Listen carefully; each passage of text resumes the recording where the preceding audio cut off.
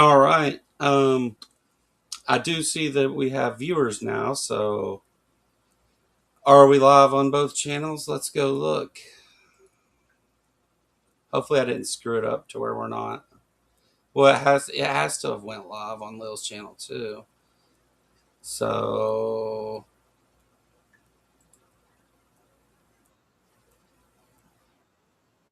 all right, we're live on Lil's channel. Both live. Awesome, awesome, cool. Sorry about that.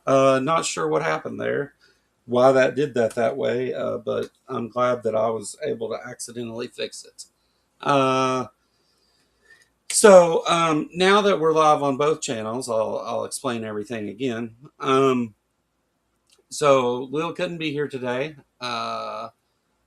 She's dealing with some stuff, and she'll be back Sunday. Deal with your stuff. Life comes first, and we'll see you Sunday, Lil. Uh, I've got it with my new co-host here in the back. Poopy the Space Horse will join me today, and I'm not going to do the voice again, but the yeah. So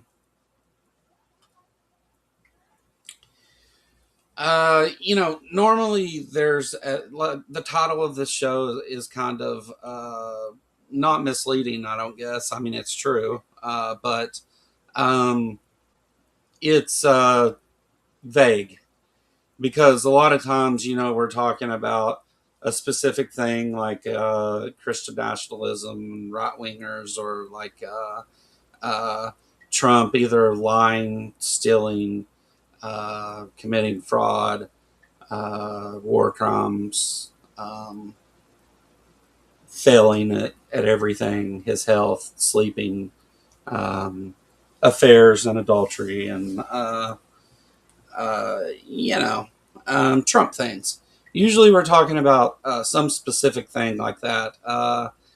But today, we've got a little bit of all of that. We've got lots of different things, new and some old stuff too. That's new information has came out about. Um, but yeah, the this is kind of Lil's not here today or whatever. Her link is in the description of the video, and it'll be going through chat as well. One for one and one for two. You went live on the two show, which is why the show scheduled here didn't start. Yeah, I don't know. I don't know how exactly that became the case. You want to say hi to everybody, Noah? Say hi. Hi. Say hi, everybody. Hi, everybody. Hi, everybody. Say hi to Poopy the Space Horse in the back there. Poopy and Space Horse. Who the fuck's that? That's him back there. See? Oh! I'm out of breath. I was over there getting that shit from Bill. Oh, okay.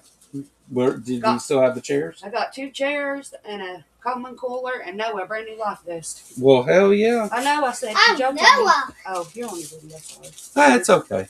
They said hi to Noah. Well, fuck me, I guess. Okay. Native Atheist, what's up? Joe FBI checking in.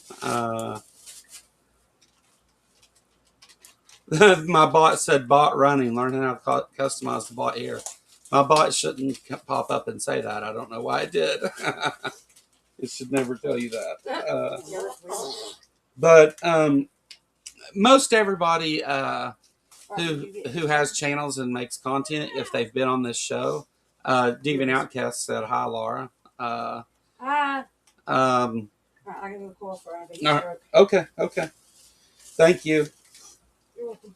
Laura went on the Red Bull run for me here, so I can get through this today. Created a new live stream title over here, so there's 2 running now on one channel. Well, double the viewers then, right? Is that how that works? Joe has wings. I will in a minute. Native Atheist said hi to Laura also. The other's buffering. Okay. Well, I screwed it up. Anyway, I don't really know. At least we've got it running on both channels now, I suppose.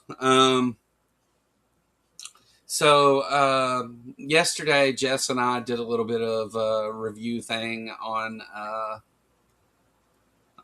my interview with Ray Comfort, which was a disaster, a failure.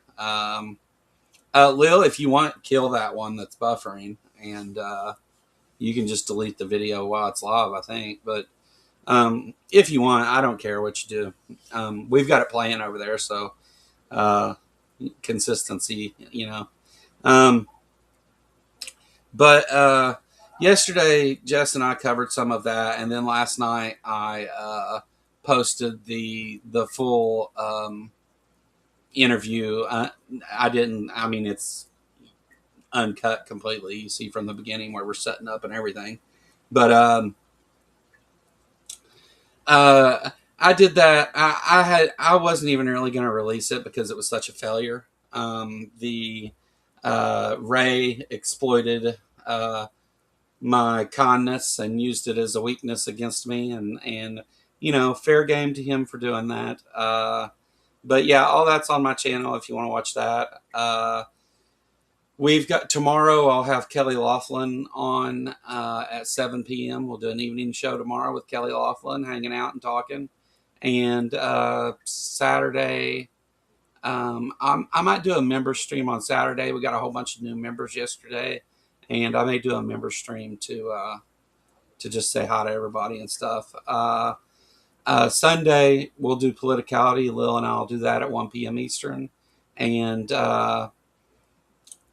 I'll be on Bad Science Sunday also Sunday night with Maya Atkinson. So lots of cool stuff coming up, guys. Who's Noah? Noah is my son, my 7-year-old. He's he's he's our Bible baby. Yeah. Seth will be on with us Sunday. Awesome. The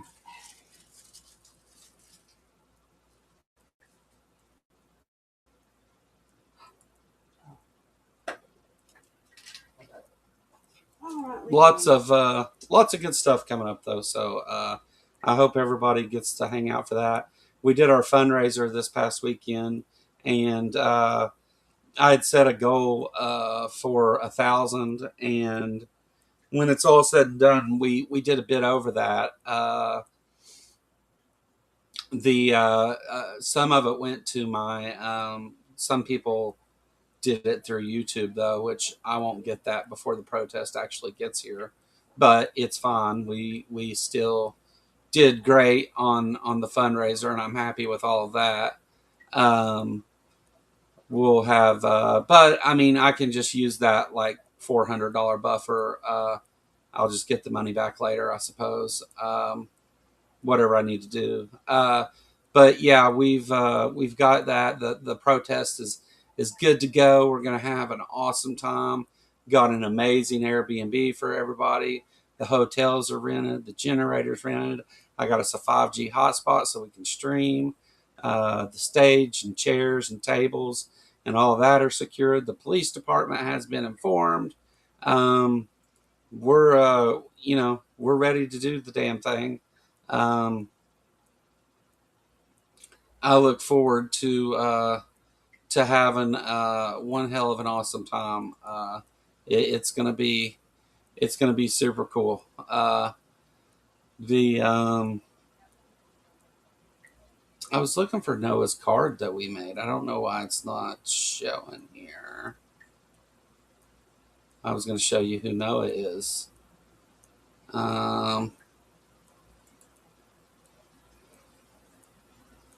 Maybe it's on down.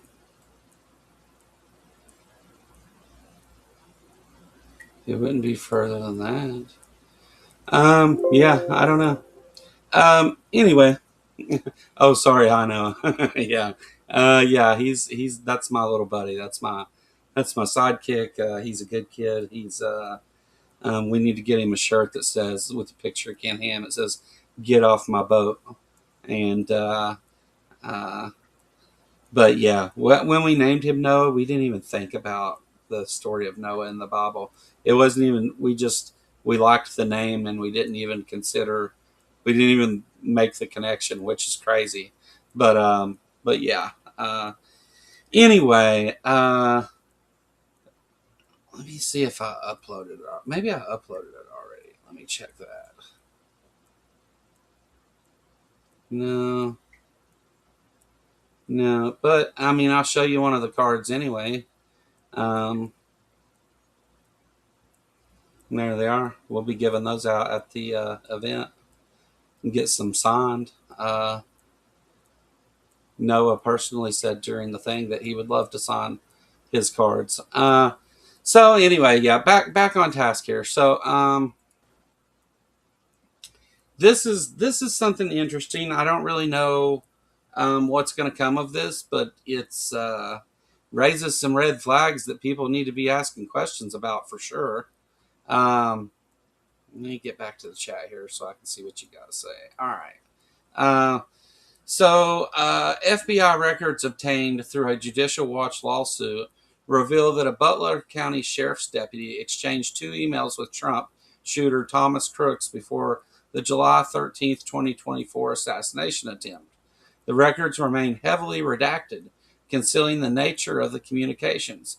The documents also reveal a SWAT officer recovered a cell phone and a remote device with an antenna from Crooks after he was killed. Now, a couple things here. Uh, I'm not a conspiracy theorist normally. Like everybody, I guess, falls for something every now and then. But um, what's up, Blood Badger? But I'm not a conspiracy theorist. I like to call myself a skeptic. I like to try to approach things from a skeptical point of view. Now, I didn't bring the actual email because there's not much there, but it does, like, it's weird how it's redacted. It's weird that why Thomas Crooks was talking to this officer through email. Like, there's a lot of unanswered questions there, and but now, if I remember correctly, they mentioned something about him having a remote uh, when it happened. That came out at least at some point, I thought. Um, but yeah, you know,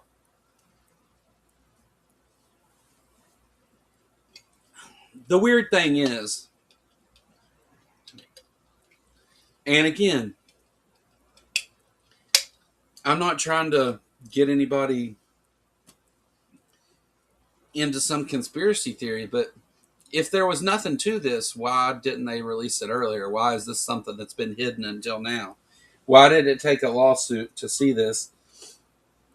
I mean, I would think, one of the first things they would say if there was nothing to it is, oh, yeah, he emailed us, in the days prior to this, you know, about whatever. It's a really weird situation that this is a thing, especially given how highly the Crooks family scored on the metric that they used to show Trump supporters. He was like in the top 20 of thousands of people. So really weird, but I don't understand why Thomas Crooks would have been emailing them and why they're not disclosing what the um,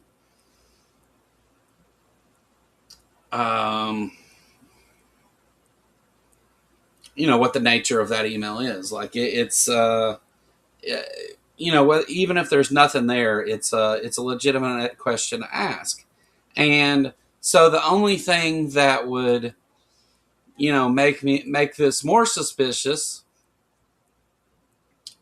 would be this.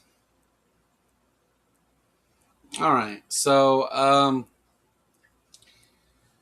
the FBI rapid response user, which is Cash Patel, uh, says this is a clickbait lie by Judicial Watch, which is now nothing more than a fake news media. The unredacted documents are interviews of Thomas Crooks by college instructors, not cops, wherein those instructors reference to having emailed Thomas Crooks about coursework. They make no references to contact between Thomas Crooks and any police department. Maybe if you spent more time on facts instead of clicks, you wouldn't be a laughingstock. Now, okay, but here we have the context down here. The released FBI records obtained by Judicial Watch via FOIA are summaries of interviews with Butler County Sheriff's deputies, not college instructors, one of whom confirmed exchanging 2 emails with Crooks prior to the shooting. So this has been corroborated. Like, this isn't nonsense. It's they confirmed talking to him, but still not talked about what the nature of that is. And there's multiple emails. So what's going on here? Anybody like, you know, give me, if anybody wants to in the chat, maybe tell me what the least conspiratorial point of view would be of why this is a thing. Like, what do you think's going on here? If you think, and if you're watching later, leave me a comment in the comments below. If you think that there's some conspiracy here and it was all set up and whatever I mean, if that's what you think, tell me. Like, I'm interested to hear others. It's a love affair. It could be. Yeah, I mean, that's the problem with not disclosing the nature of it, right? Like, you don't know what it is because it could be that. But yeah, chat. What do you think? Viewers later, leave me a comment and tell me what you think's going on here. It's weird, no matter what. It's strange.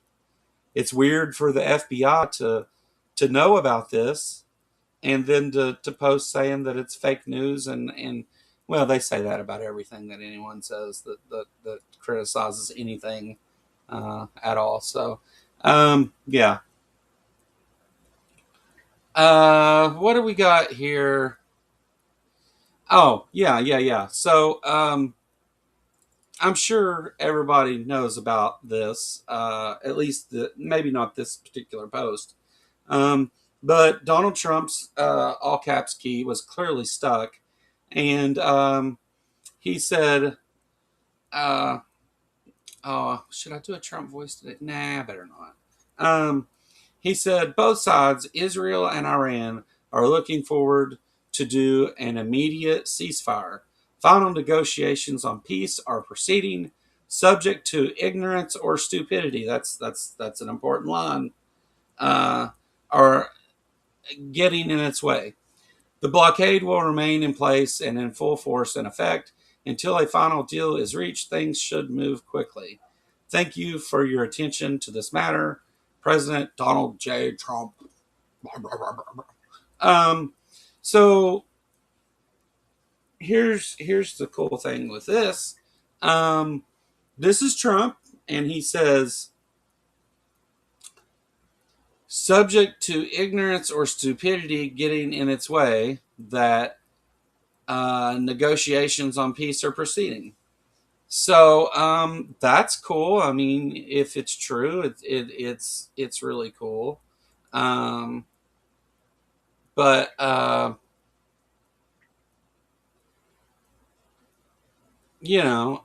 let's watch this clip. So here's what happened the very next day. Let's begin with breaking news coming out of the Middle East. The U.S. conducting a second day of strikes into Iran.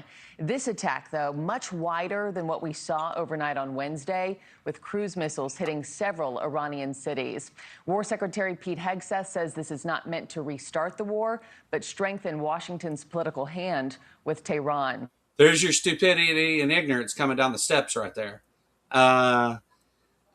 So Trump says that there's peace and everybody stops shooting, and if there's not any stupidity and ignorance, that it'll remain that way. And the next day, the U.S. attacked Iran. And then a bigger attack today or yesterday, or no, today. That's right. Different time zones.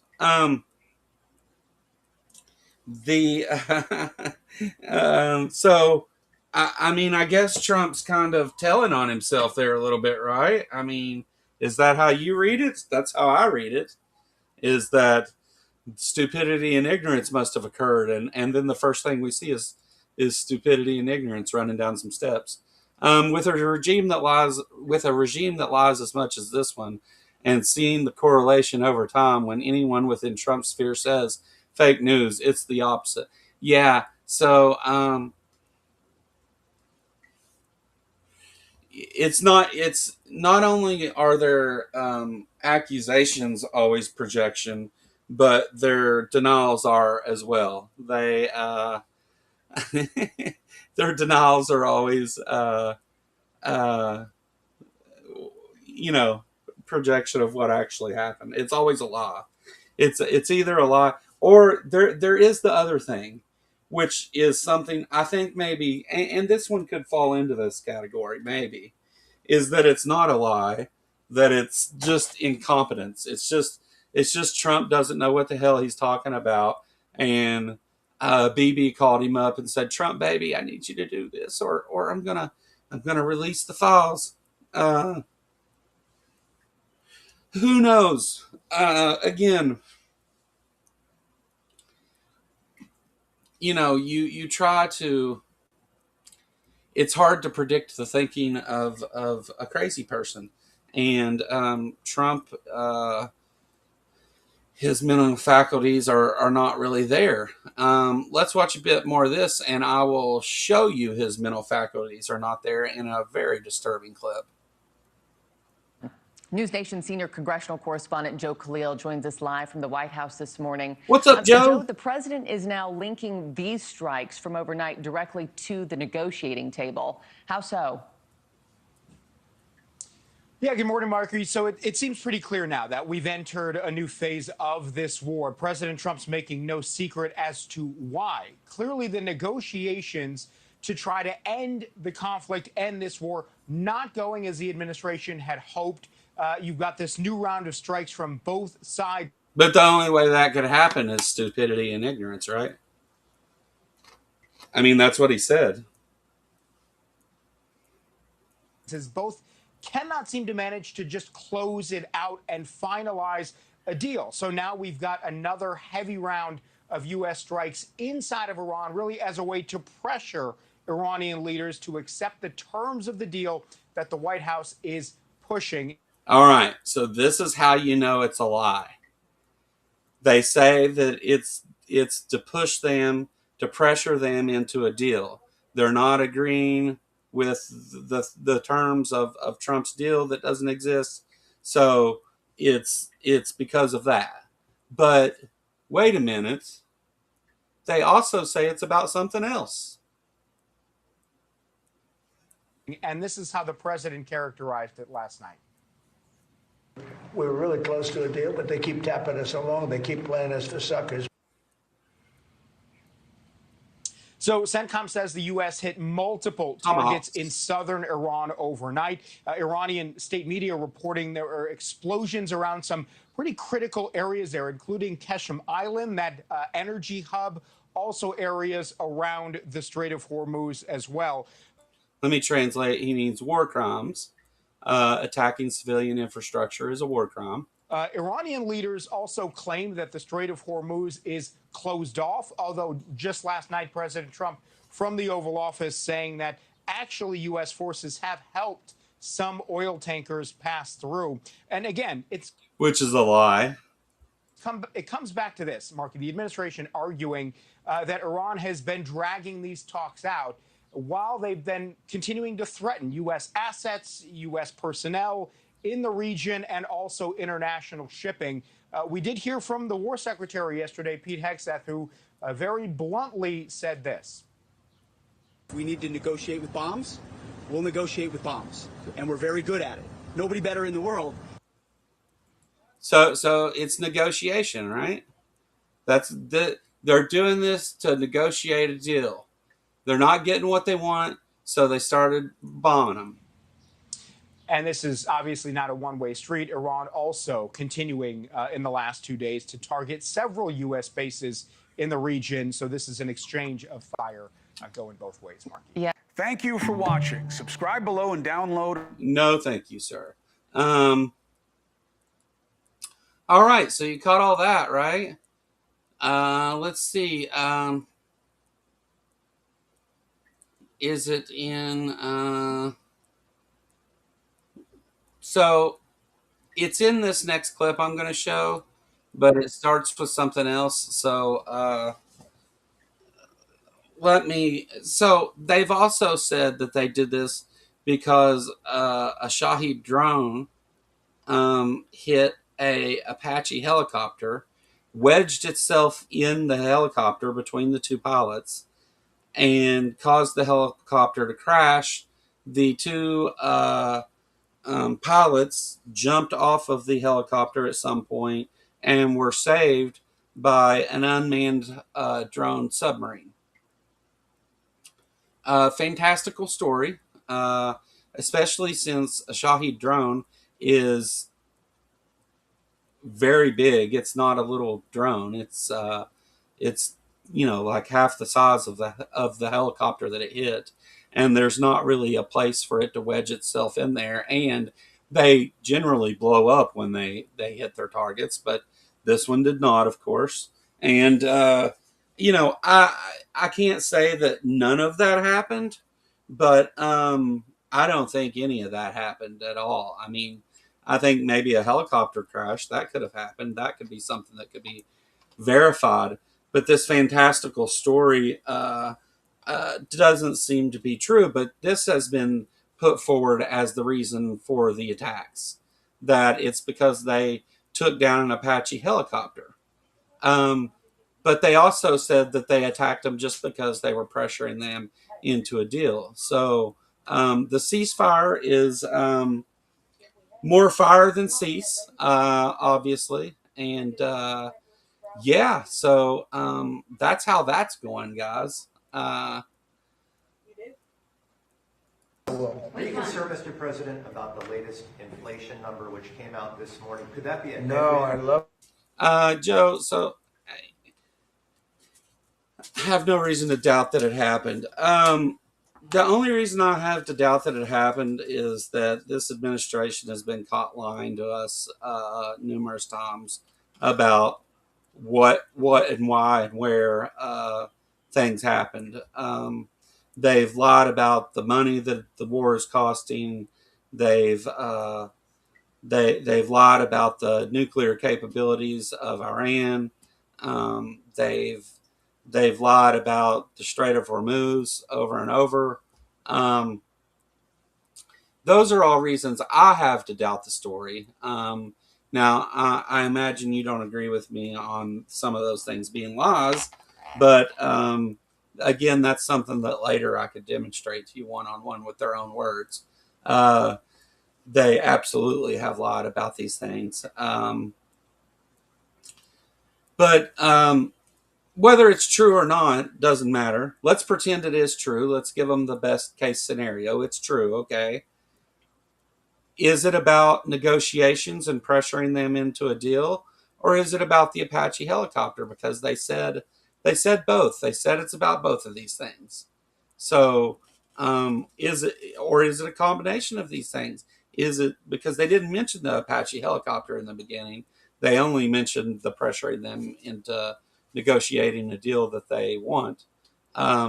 So I think that it's strange for them not to mention that initially, and that later then they mention it. And here in this clip, Trump says that's the reason for it, and doesn't mention anything about pressuring them into a deal. He says the reason for it was the Apache strike. So um, let's see. Elira, what's up? Good to see you. Thank you for joining us here at the Kentucky Atheists and hanging out and stuff. Gold prices took a heavy tumble. Let's see what happens next. Yeah, yeah, serious stuff. So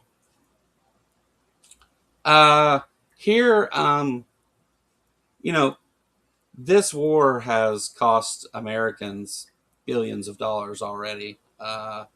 The money that they're spending on this war is could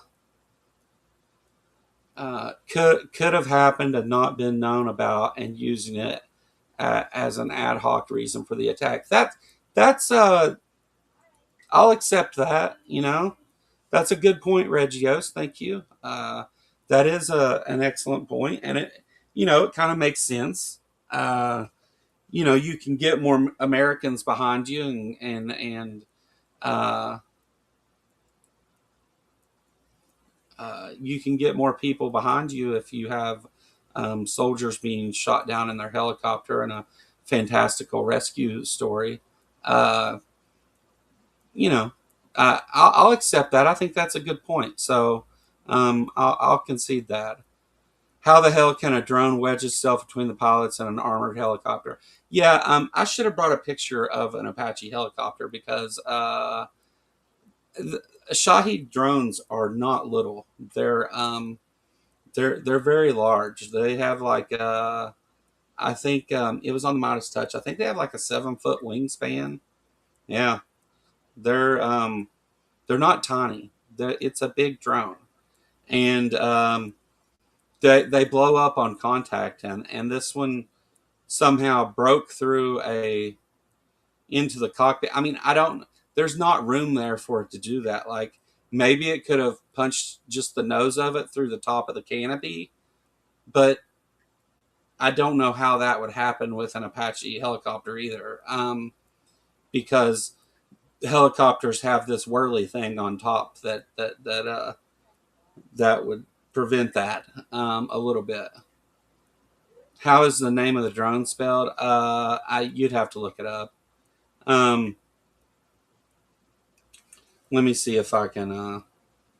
Let me see if I can get that for you real quick.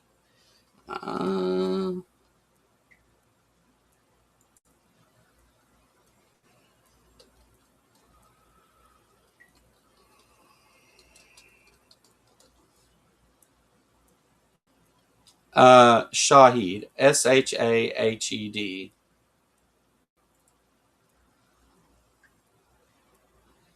No one said that the drone picked them straight out of the. No, I didn't say that either. A USV wedged itself to a merchant ship in the Black Sea last week. I don't know. Yeah, I didn't say that either, Joe. I said that the drone wedged itself in the helicopter, causing it to crash, and they had to jump out at some point. Um, it went down in the sea. I mean, maybe they jumped out when it was in the water or right before or whatever. I didn't say when. The drone picked them straight out of the helicopter. So, oh, okay, okay, I got you.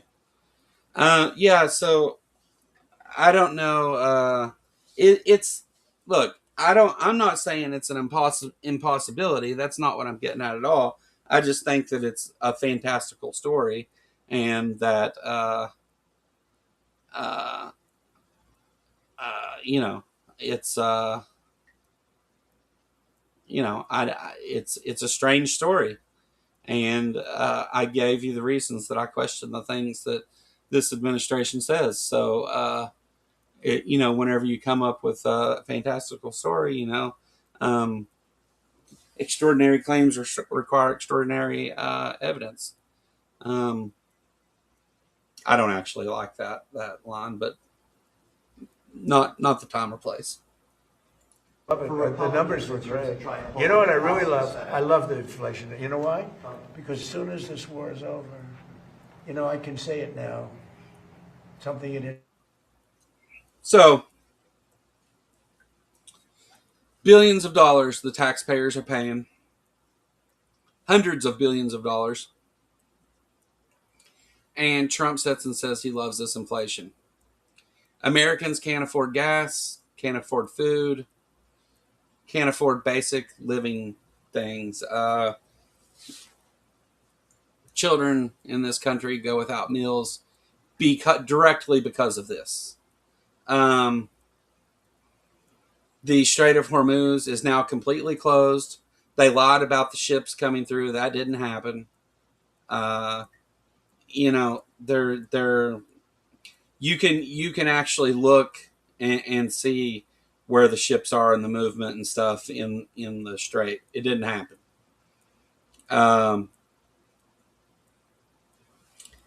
It's but even if it did, let's give them the best, give them the benefit of the doubt here. If Trump is confiscating all this oil, all these ships came through,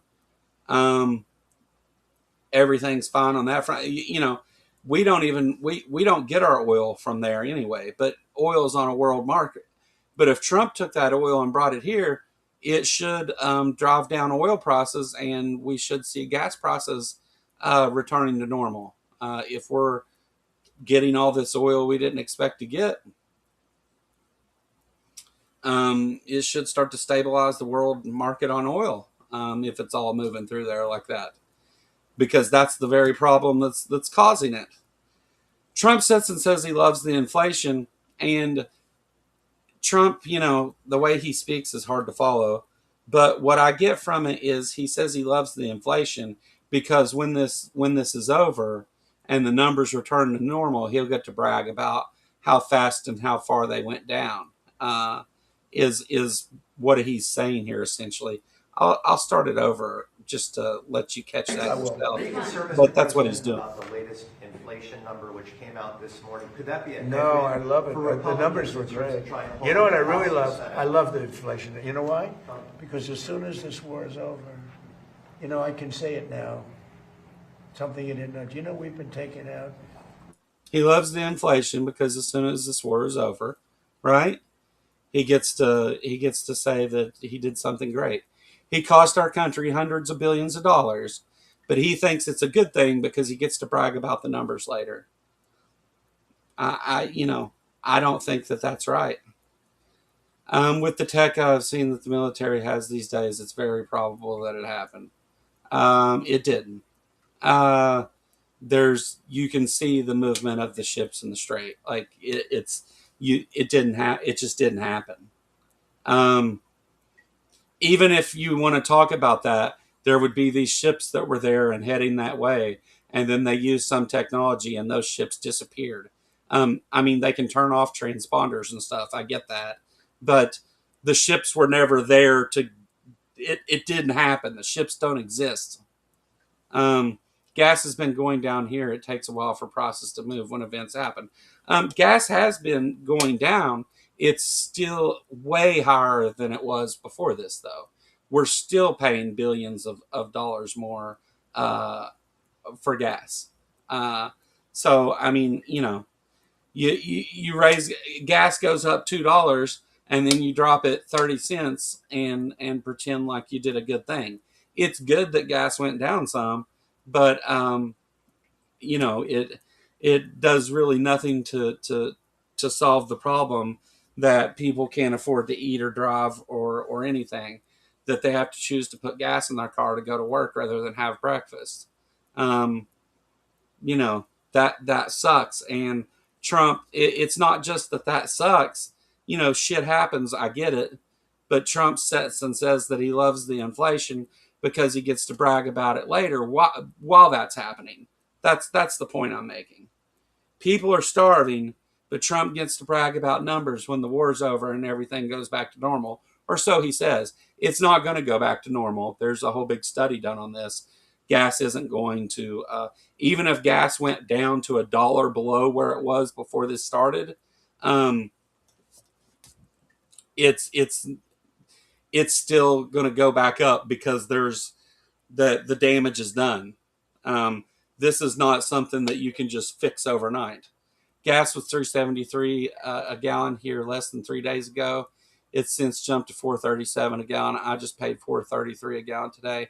The cheapest gas has gotten here is $4.03, I think. That's the lowest that we've got it down to. I paid $25, a little bit better for 5. Yeah. No, we go and put $20 in, you get 4 gallons or 5 gallons. Yeah. Yeah.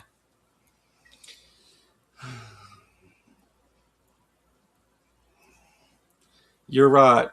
AIS data of the ships aren't reliable. You can change it, turn it off. Yeah.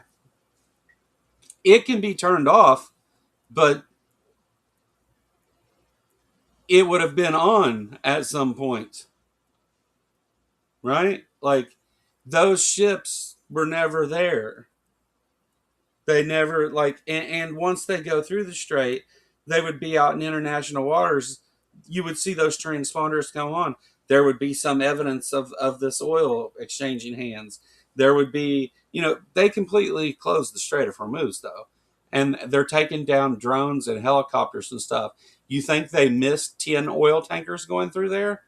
You think they just didn't see 10 oil tankers that are huge? Like, these oil tankers, I can't, I don't even have the words to explain how big they are. They're like fucking 300 yards long and multiple stories tall. They're huge boats. And those just went through the strait and nobody noticed. All right. Let's hear that story, though. Millions of barrels of oil. Nobody. Billions of You barrels. know who doesn't know about it? Iran until right now. We took out the other night 22 ships late at night with no lights because they don't have any radar. 22 ships. 22 ships that are the size of 3 football fields almost, and as tall as, they're like, how tall are they? They're like 5 stories tall out of the water. Like, so 22 of them went through. Iran didn't notice. They weren't picked up on radar. They weren't picked up by transponders at any. But those 22 ships were never seen. What 22 ships? What are their names? Where are they from? This is verifiable information. None of it exists, though. The Shahed 147 that's used by Iran has a wingspan of 26 meters, 85 feet. Shahed Gaza also used 21 meters, 69 feet. I don't know about that because the information I looked at said it had a 7-foot wingspan. But I mean, judging by you asked how to spell it and then you provided this, I'm sure that you looked this up somewhere. So, 21 a drone. I don't think those numbers are right. It's about who claimed the drone being wedged in La Jinzhou is in for a surprise. Oh, is it? Hold on. Let me go look at my Discord and get this real quick. Thank you, Soot. Where'd you put it? You posted in here. Let's go look. Do.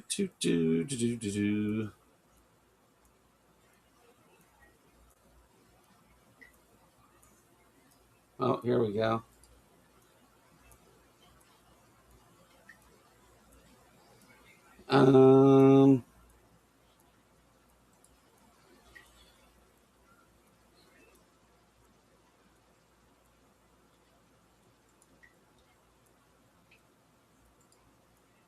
Sorry, guys, I'm getting this.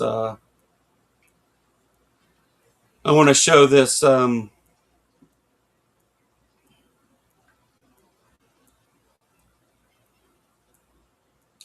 So I'm just going to read this article real quick.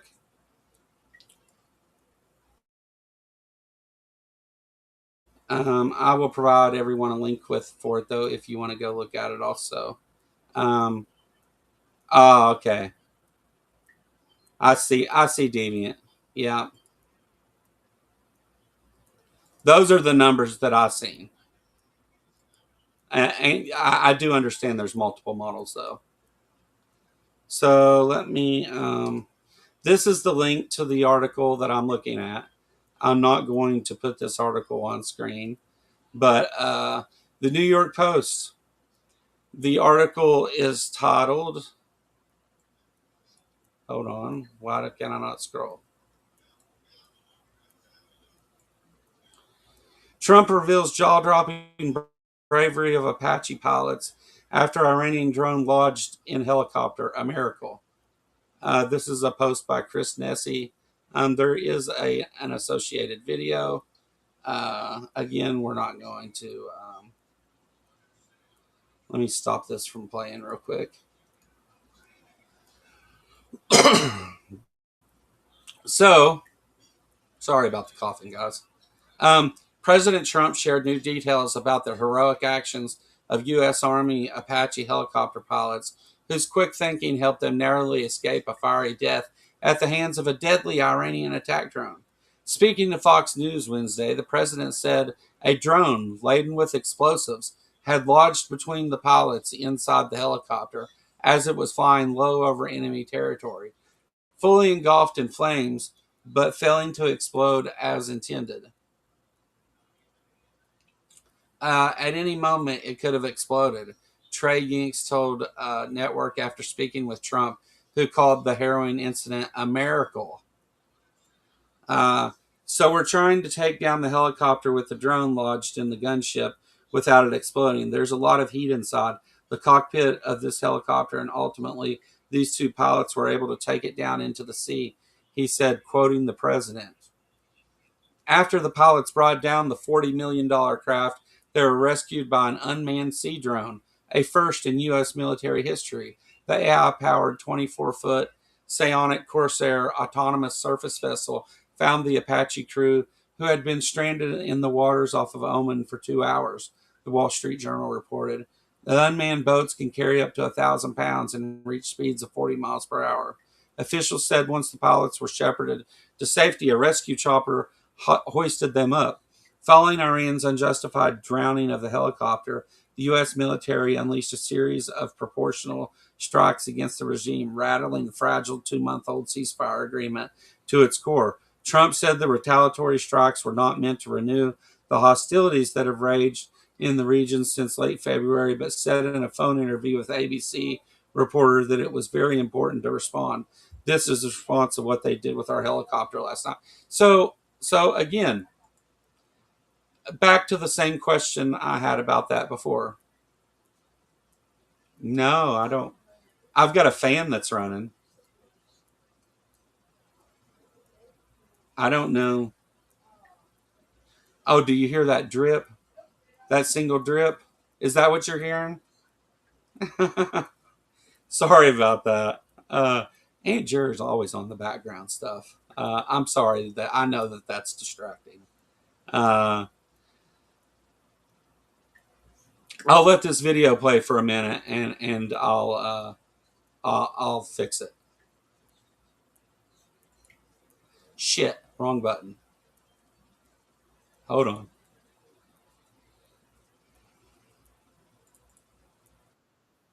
So listen to Trump's explanation here.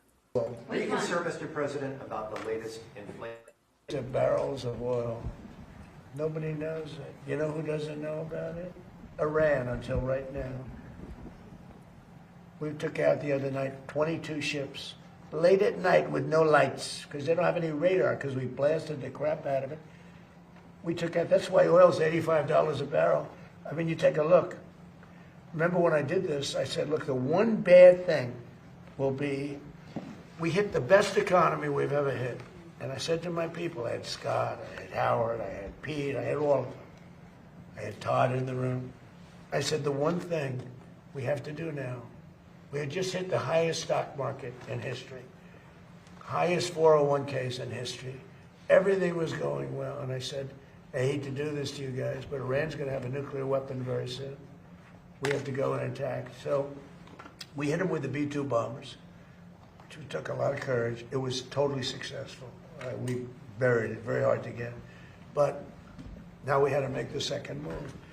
And I said, you know, the bad part is the stock market will go down by a lot based on predictions of experts, like 25%. And it was worth it. To me, it was worth it not to have a nuclear weapon.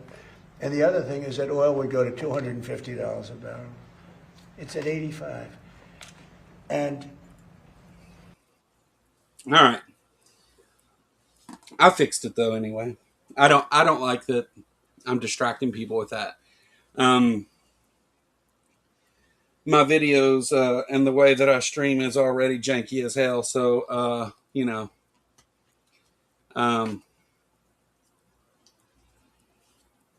Yeah.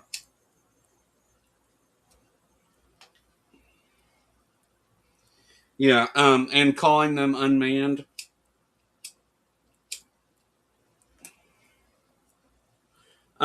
That I quoted that. That's not the term that I would use. I just call it a drone.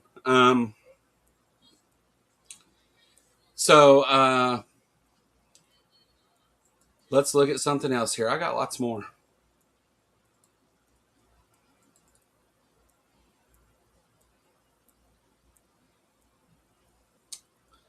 All right, so we always got to hit something about the Epstein files because they want us to forget about it so bad. But let me see if I can. Yeah.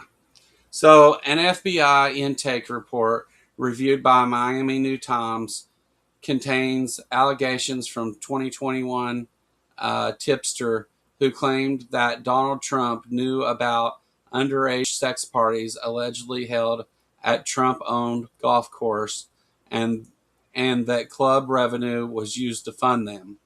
The document included in records related to Jeffrey Epstein, summarizes claims made to the FBI's National Threat Operations Center. According to the report, the caller also alleged having knowledge of conversations involving Epstein and Ghislaine Maxwell. Now, I'm telling you this. It's important. It's weird that this wasn't in the files if this information was taken. So again, we're being lied to and not given all of the files. But this last paragraph says the allegations were recorded by the FBI, but publicly released records do not show that investigators substantiated the claims. Other FBI summaries cited by Miami New Times indicate that similar complaints were later deemed not credible. Okay, that's fine that they found them not credible, but that whole thing should have been contained within the Trump Epstein files that were released, and it wasn't. That's the issue there.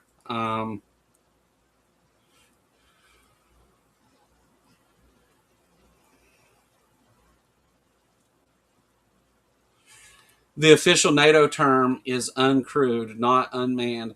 But guess which country is opposing it right now? Yeah, right. I feel you, Larry. I get you. Again, I don't even. Whenever you say drone, I think that's. You don't even need to say that. I mean, I guess if somebody says, "Well, who flies the drone?" Well, it's done remotely. Like, I don't even think there's a need to use a what's the word? I'm sorry. Yeah, there's no need to do it at all. But yeah, and again, you know, I was I was quoting the article. I don't, I wouldn't. I understand. I understand the complaint there. I get it.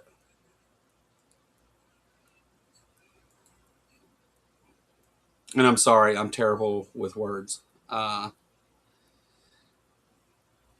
Let's see. Oh yeah, we got to talk about mental state again. I'm sure that many of you have heard about this next story. But this is, you know, they made a big deal about it because, you know, he goes on about the election bullshit again and all that. But the way that he like he is very aggressively oh, I know, Illyra. I got you. I get it. Yeah, I love that. I love for people to point those things out. You're not bothering me. You did a good thing there. I'm, you know, I got you. What's up, Bree? Good to see you.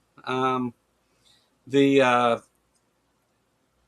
uh, so the, the thing that I want to focus on here, and we can talk about the argument and the evidence and all that stuff too.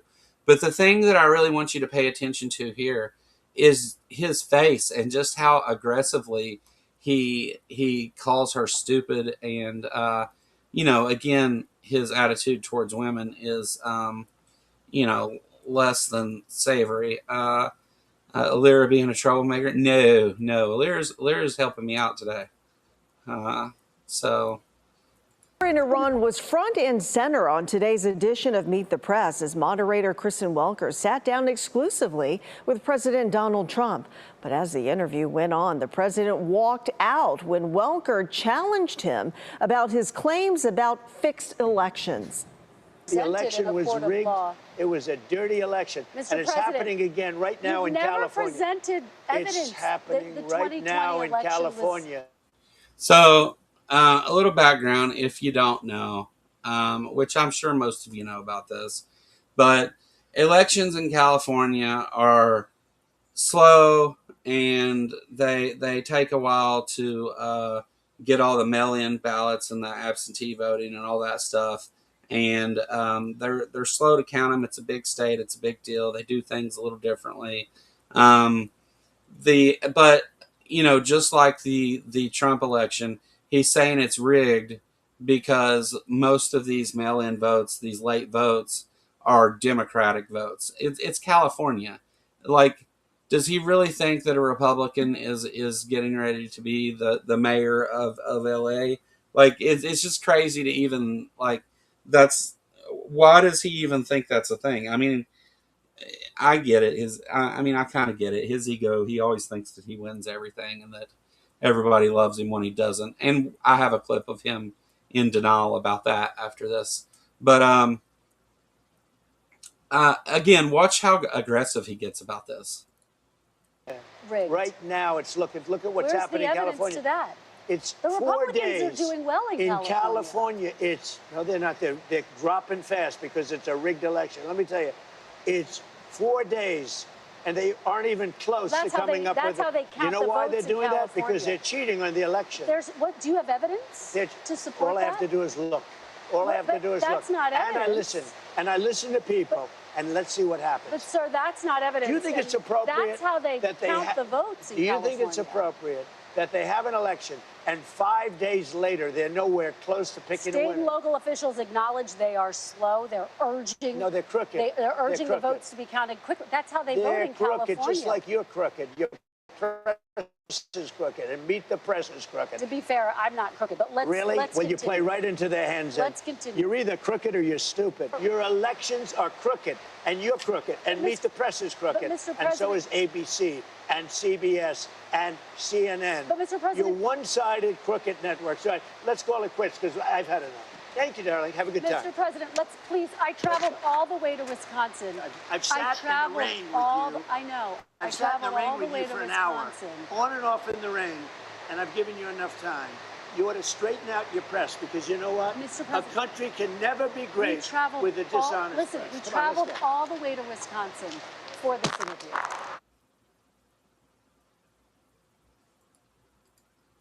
So yeah, um, they were in this. They were in Wisconsin. They were doing an event there, and it's raining in the background. Trump was already irritated because they had some audio issues because of the rain. He was already mad about it and whatever, and he was being a dick the whole time. The thing that I found really like just demonstrating some of Trump's. Is this it right here? Hold on. Let's call it quits because. No, let's go back. Here. I mean, look how aggressive he is. And just how angry he is that about this. Disturbing behavior from our president as usual. So Aunt Jur, thank you for the excuse me, Red Bull.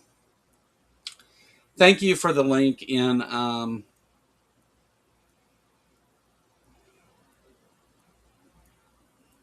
uh, uh, Discord.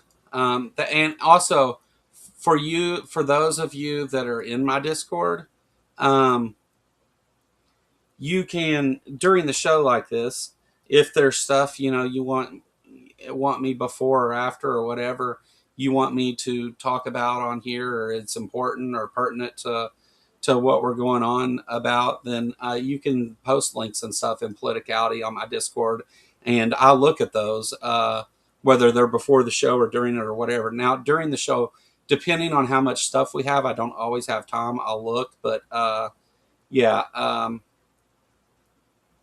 Aunt Jera sent out. Oh no! I've got the Red Bull. Aunt Jera sent me a link, and while I was trying to read it, I burped. Well, I didn't burp. I had to hold back a burp, and so yeah. Anyway, drone is usually used to refer to smaller ones. It's vague because it doesn't specify the type, which is necessary. Yeah, no, I agree. That's fair. But the U.S. says, so let's use drones instead of the official agreed NATO terminology. It's like saying call different kinds of warships ships. Yeah, no, I agree with that assessment. Anyway, I posted a link to this CNN article here. Trump cancels U.S. strikes in Iran and suggests agreement is close. The president has repeatedly signaled the U.S. nearing bargain with Iran, despite strikes from both sides. So when you scroll down, though, here's the latest. Trump on strikes. President Donald Trump said he was canceling planned strikes against Iran tonight because final points of agreement between the two sides had been approved. Trump earlier vowed to take Cargill Island, which handles roughly 90% of Iran's crude exports.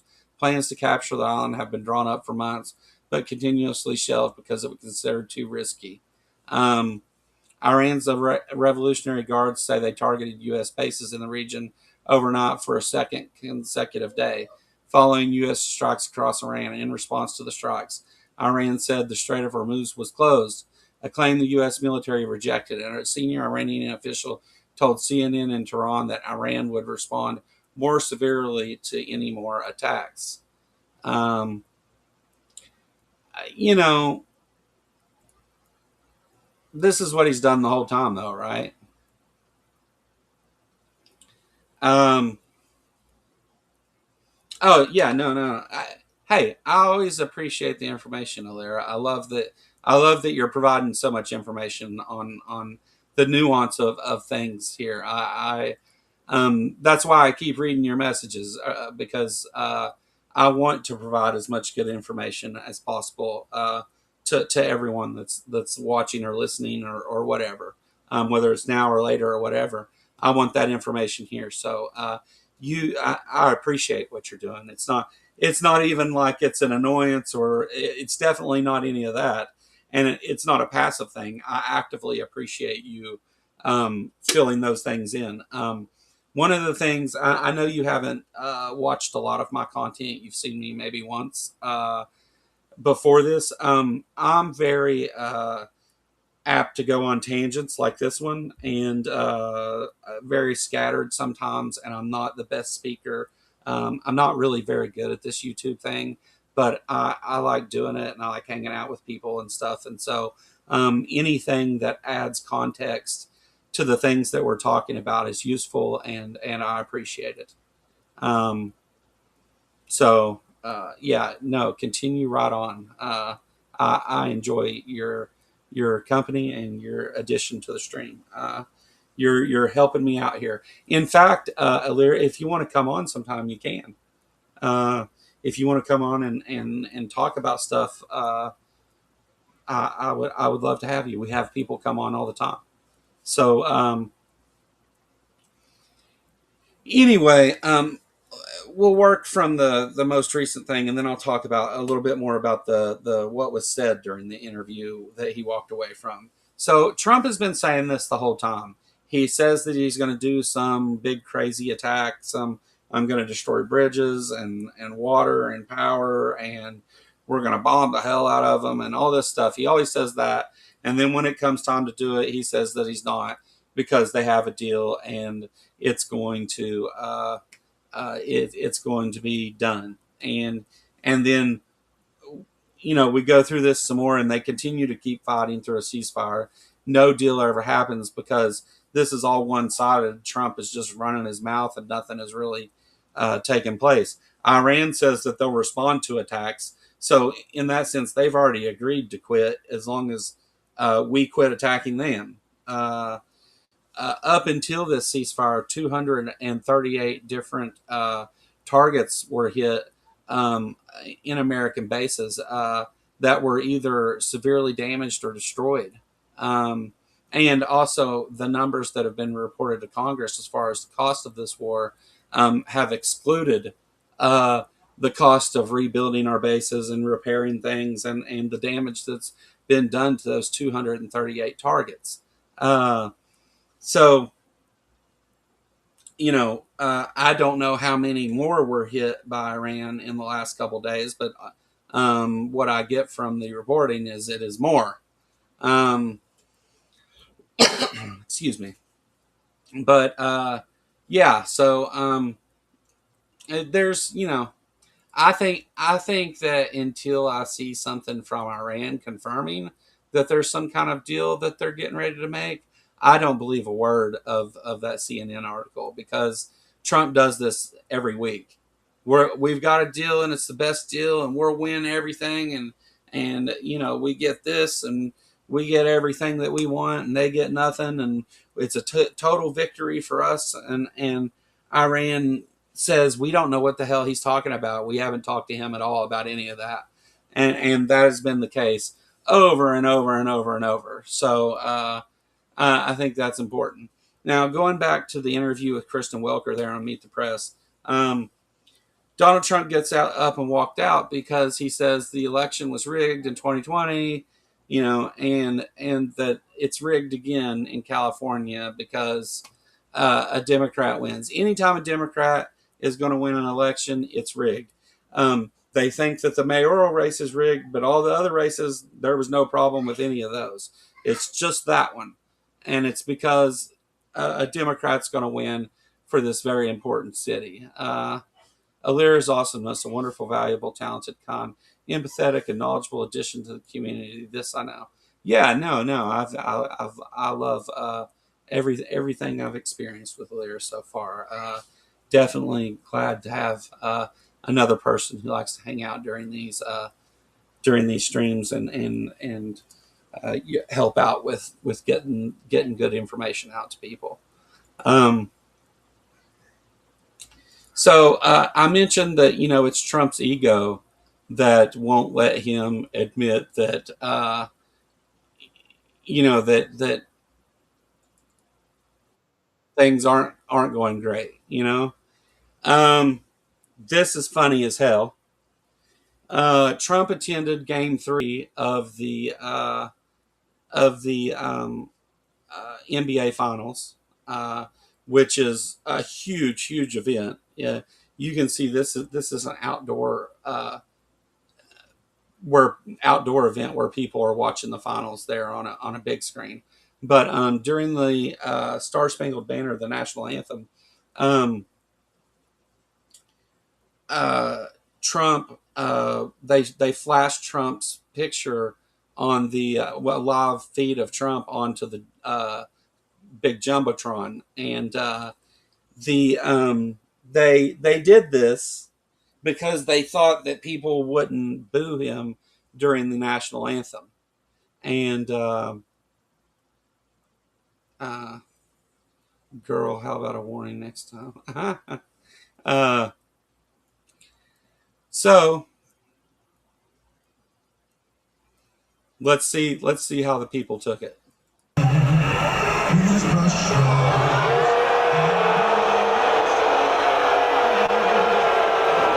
did not, no. Those were definitely boos. What did you think of the reception you got from the Knicks fans tonight? I thought great. I mean, I thought it was amazing, actually. You mean when they had the camera on me? I thought it was very good, yeah. It was certainly amazing. It was. I think mostly cheers. It was loud and it was very enthusiastic. All right. So what he said was, it was amazing, and I agree with that. It was amazing because MSG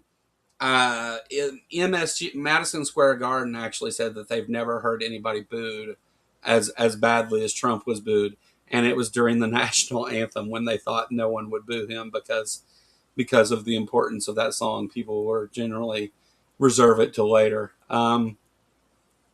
So he says that it was mostly cheers and he wasn't booed. Now that was an outside event. That wasn't in the stadium. This is in the stadium. Let's see if Trump's right. I mean, let's see if we can find some obvious, sign of it was more cheers than boos. Let's check that out. Last gleaming, whose broad stripes and bright stars through the perilous fight, whose broad stripes and bright stars.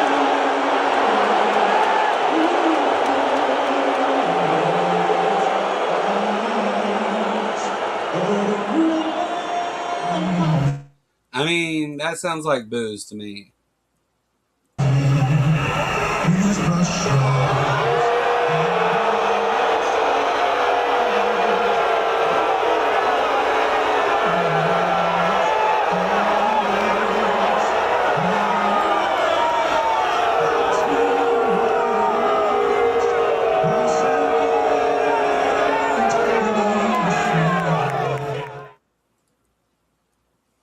Yeah. So I'm gonna have to go with he's an idiot, because no reasonable person would hear that and think that that's cheering. The showing Trump's picture during the national anthem is I find borderline offensive, honestly. Trump is a traitor. Many of his followers, especially the January 6th traitors, are traitors. Trump is the shows that we have a number of Americans who are the most un-American, racist pieces of shit in the world, and I remember years before Trump became president that the Republicans pushed this narrative that racism was dead in the United States. Bill Maher did episodes on it. This was talked about on Fox, CNN. Everybody was saying this stuff. Racism isn't really a thing like it was anymore. Racism isn't very prevalent anymore. Meanwhile, where I live, the KKK puts flyers in your mailbox to join. And the Post, they took his dick out long enough to report that. Wowzers. Yeah, Amber. I agree. Somebody probably got fired over it. They probably fired 100 people over it, because that's how they do. Uh, Trump's buddy. So yeah, you know, the title of this video, uh, that's the thing I'm going to justify right now. So there is a gullible group, a gullible cult of right wing Christian Trump supporters who believe anything that he says, and that everything is good, and that gas prices went up $2 and dropped 20 cents, and that's a good thing. There is a group of people in this country that feel that way, and they happen to also be the same group that make up the white supremacist racist groups and commit crimes against trans people and others in the LGBTQ community, which we should be definitely pointing out those things during Pride Month, and celebrating the people of that community, not attacking them. Yet that's what they do. And, you know, they tried to push this narrative that racism was dead in the United States and not a thing. And the young Republicans are apparently all neo-Nazis. So, or maybe boomer. They thought he was a boomer. Yeah. Okay. So, what else do I got, guys? Let's see what else I got. Ceasefire, Trump, inflation, walks out. Oh, that is all I got. That's all I got for today. All right. So, I don't know if anybody, we've got about 45 minutes left that I can stream. I will, I'll post a link if anyone wants to join and talk to me. You don't have to or whatever. But, I'm always welcome, to anyone who wants to come and say something, agree with me, disagree with me, tell me I'm a piece of shit, whatever. I welcome it all. So if anybody wants to come on and say anything, you can. If not, that's cool too. But if nobody does, we're going to wrap up here a little bit early. That's all the clips and stuff I bought. What is your opinion on Graham Plattner? Who is Graham Plattner? Let me see. Because I don't recognize the name, but I imagine I will know the actions of this person when I see them. American politician. Graham Plattner cheers the Republicans after clinching Susan Collins matchup in Maine and other primary takeaways. Motion for course. I'm unfamiliar with what you're talking about. Average Joe. What's up, Al Trucker? Good to see you. That is a link to join the studio that I'm streaming from. You will be, if you click that link, you will be live on the YouTube stream. That link allows you into the studio where I'm doing this from EV Mux. Yeah.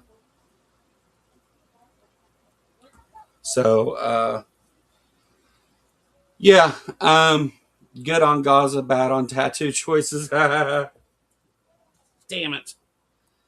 I got that wet. Anyway, so,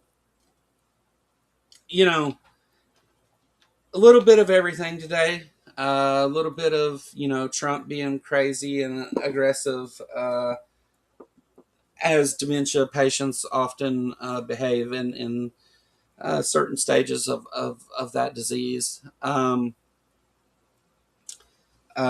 obvious election denials, the big lie stuff, denial that he was booed. Trump saying that only stupidity or ignorance would change the fact that they had a deal and everything was going good, and only stupidity or ignorance could change that.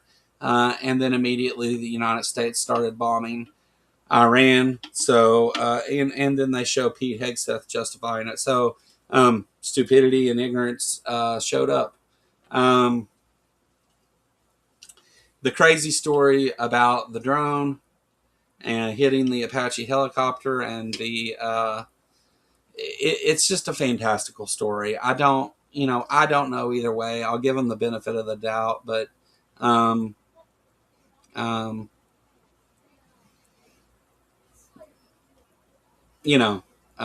it's a crazy story. There's an issue with him about a Nazi tattoo on his chest. Oh, yeah, I'm not familiar with that, but I'll look into it.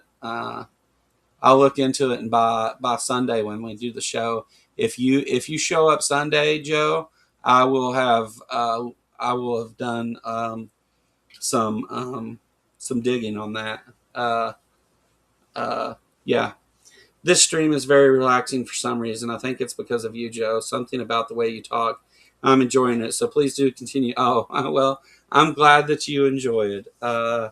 You know, I come on here and usually I don't prepare in any way for these shows. I just show up and give you my opinion and talk about whatever. Okay. You won't be done with about 3?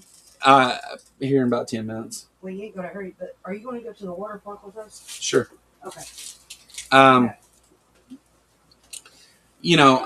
very genuine in my opinions about things. I tell you it the way that I think it, and I don't.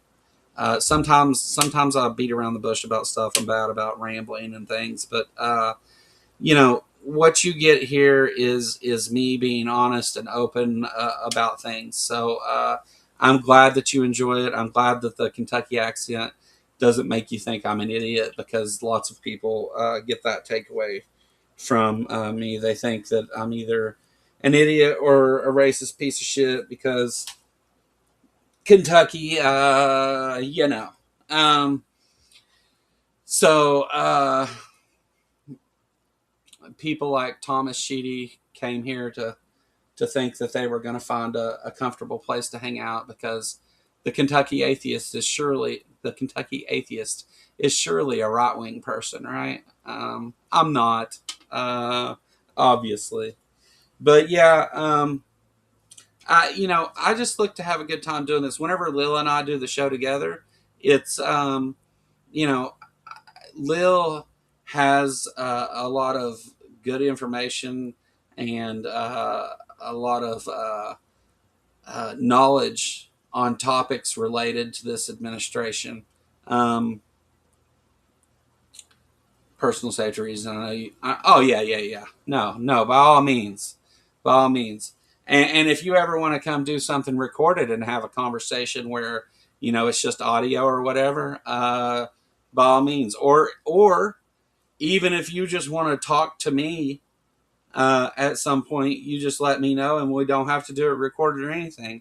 I make myself available for anybody that wants to have an honest conversation with me. That's one of the things that I pride myself on too. You don't know this about me, Alira, and some of you that do, I'm sorry, I'm going to bore you for a minute. But I was addicted to heroin and opiates for about 20 years. I was an IV drug user, overdosed multiple times, and got clean a little over 10 years ago, and have done a lot of work to work with other addicts and their families and stuff to find detoxes and programs if they want to do that. I have I've done lots of stuff in that area, and so that relates to this kind of stuff because I bring that into this with me. I'm always using my perspective and my quote unquote wisdom from those experiences to view the world through that lens. My quote unquote worldview isn't atheism. It isn't. It isn't left wing politics. It's all of those things that have happened throughout my life that I leverage into a way to communicate to others. The you know, I could sit and feel sorry for myself for the things that happened there. My rock bottom ended up being homeless with hepatitis and overdosing and locked up, threatened with 25 years in prison with a newborn baby. And in that moment, I had to make some changes. And I, I got off drugs right at the time fentanyl started to hit. And most of my friends from that time are dead. Over 100 of my friends are dead. Like 30, 40 different people from my graduating class are dead. I often say I know more dead people than alive people. Um, so those things inform the way that I address everything. And I'm always keeping in mind the idea that if somebody, whether they are in a troublesome situation, whether it be religion or drugs or just, depression, that oftentimes all you have to do is give someone an opportunity and they they tend to do big things with that opportunity. 1 second, Al Trucker, I'll get you in here. Uh, 1 second, guys, I got to change the layout to do this.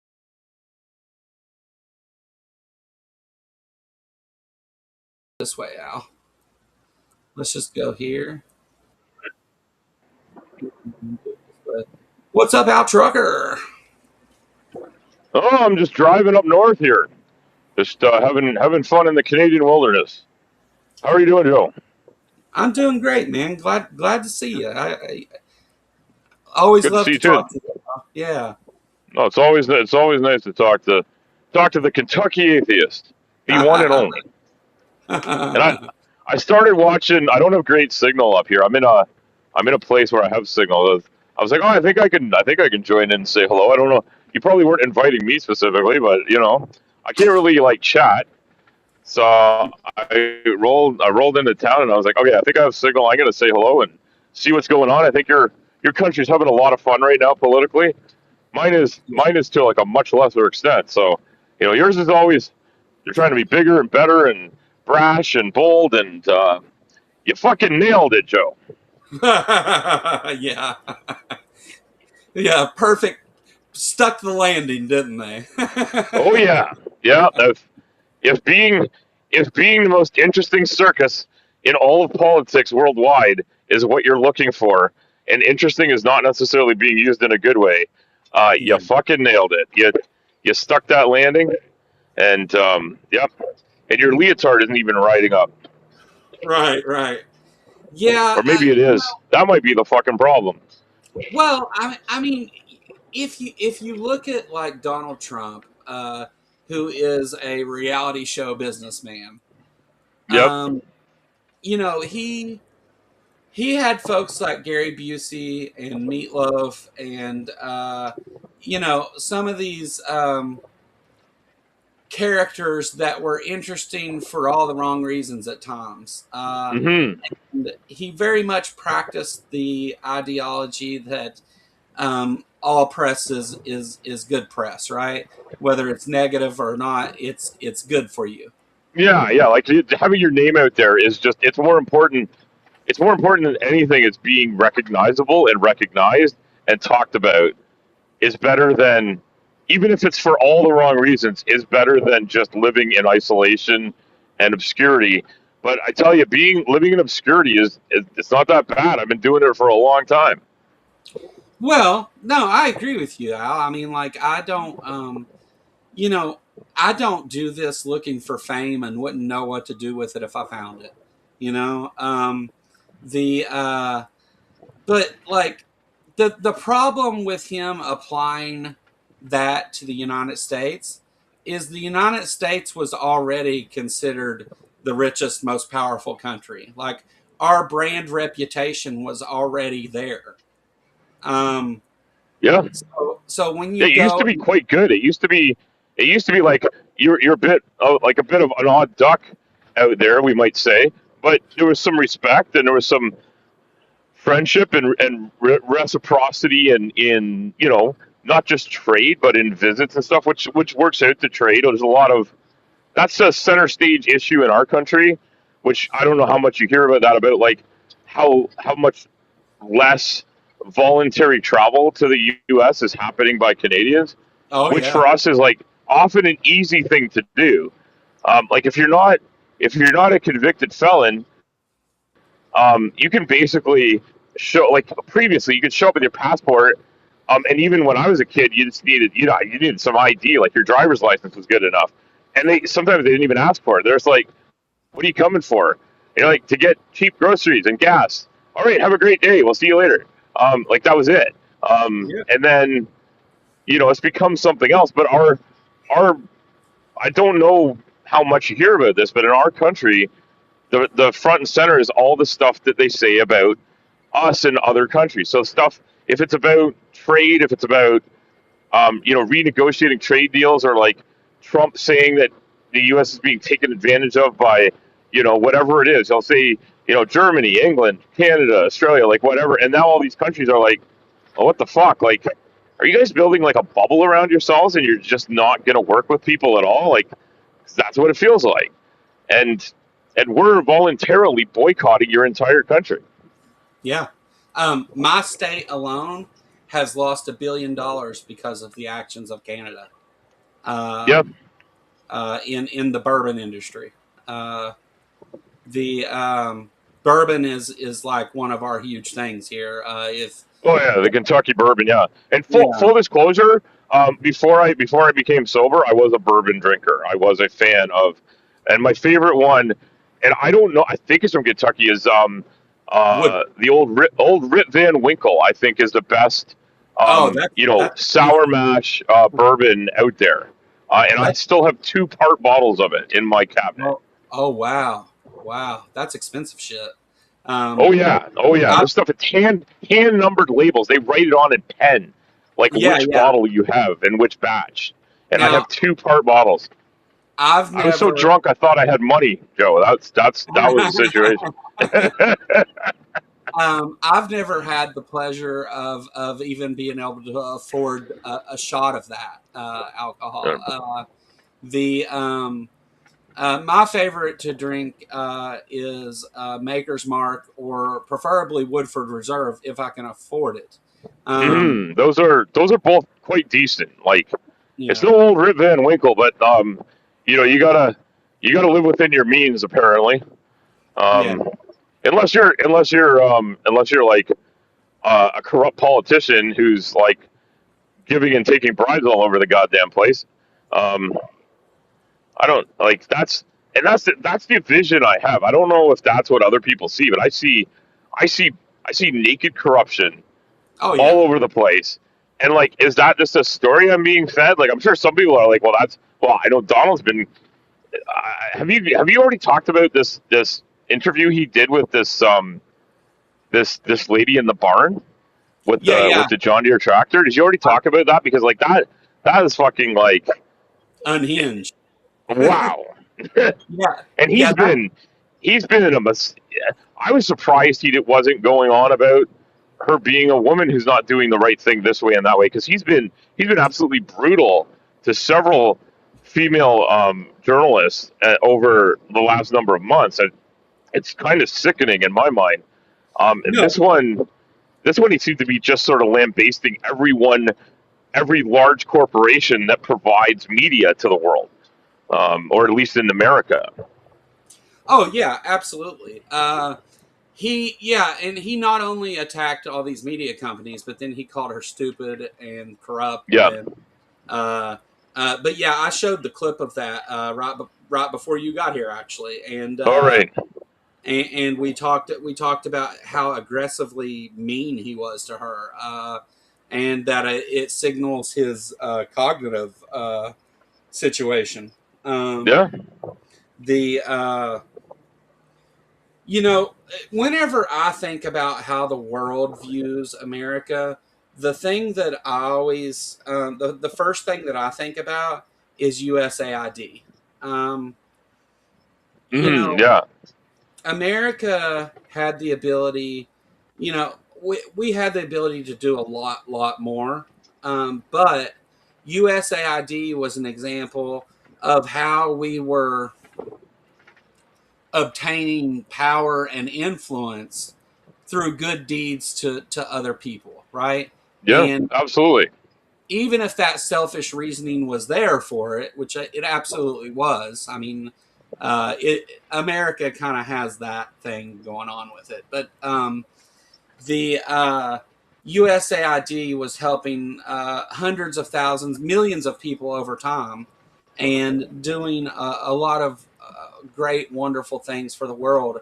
And because of shuttering it completely, um, I think some estimates in the high end were like 3 million people will die.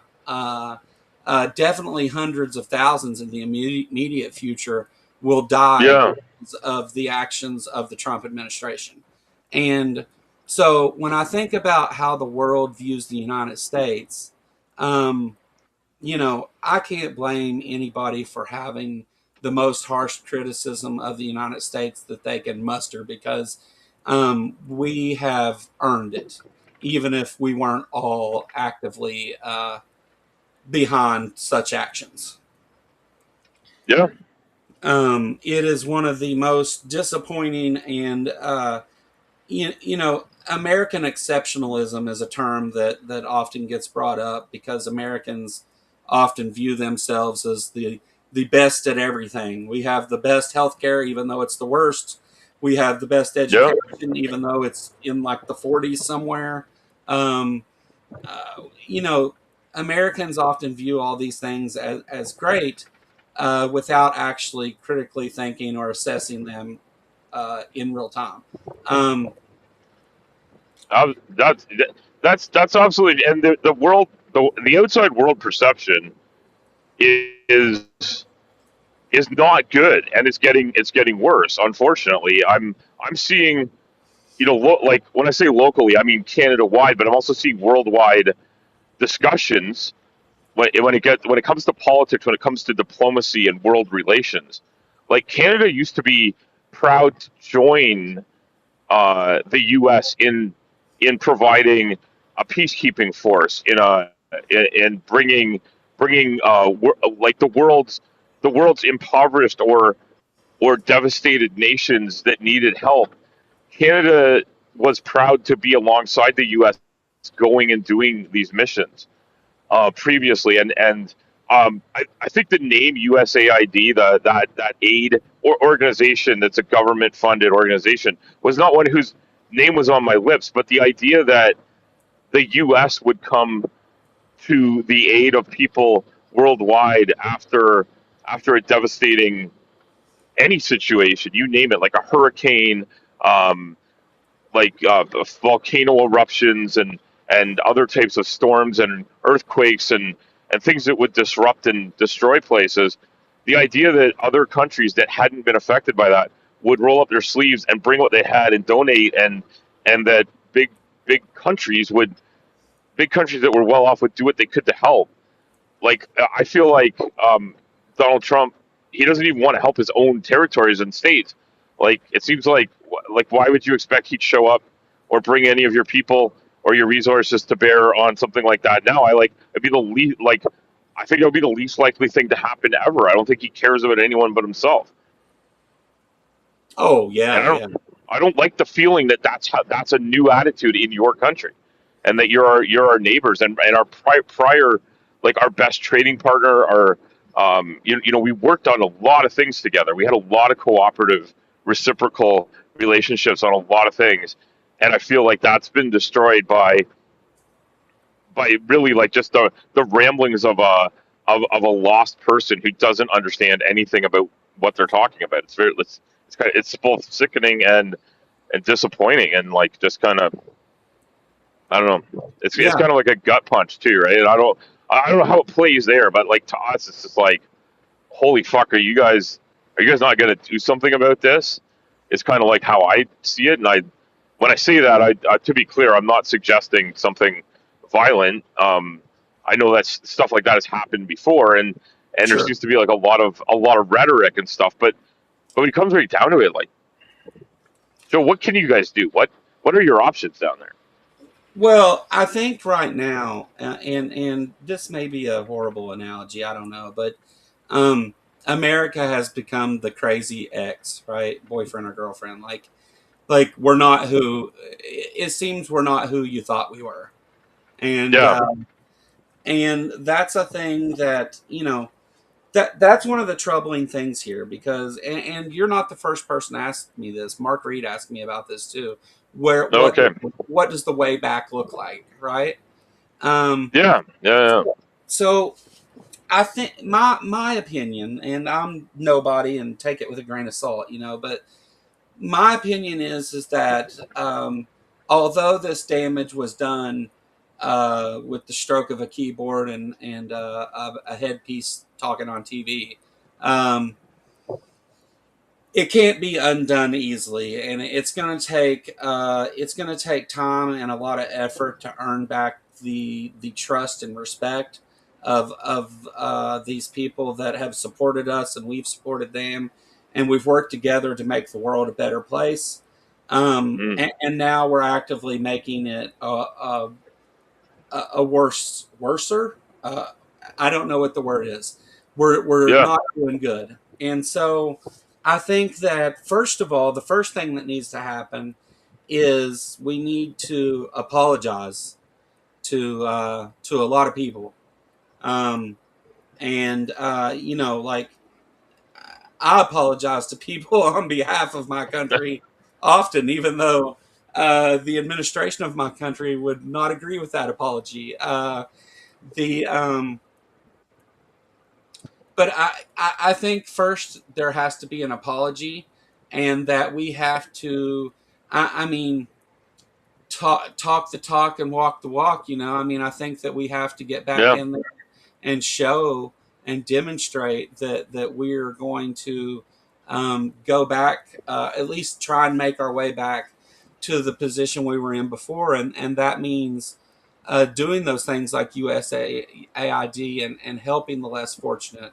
And it reminds me of a quote in the Bible, which I'll kind of paraphrase here.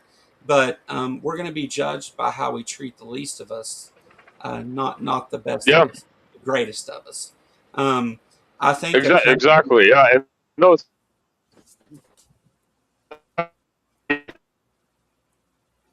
is a Oh, I think I'm going to lose you. You froze up. You were roboting out, and you froze up. Um, if you, yeah. Did did I Oh, yeah. You're cutting out real bad. Like, uh, can't even hear any one word of what you're saying.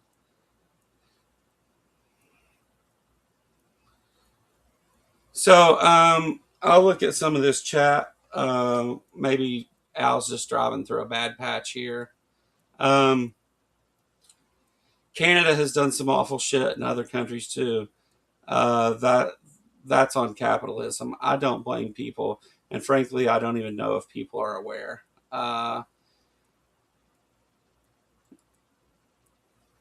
Theoretically, because even a George W. Bush and an Obama could do illegal warfare undercover, Trump is too stupid to hide it and play democracy support. Yeah, Alira, I'm talking about taking advantage of economically weaker countries and using their lands to mine minerals, etc.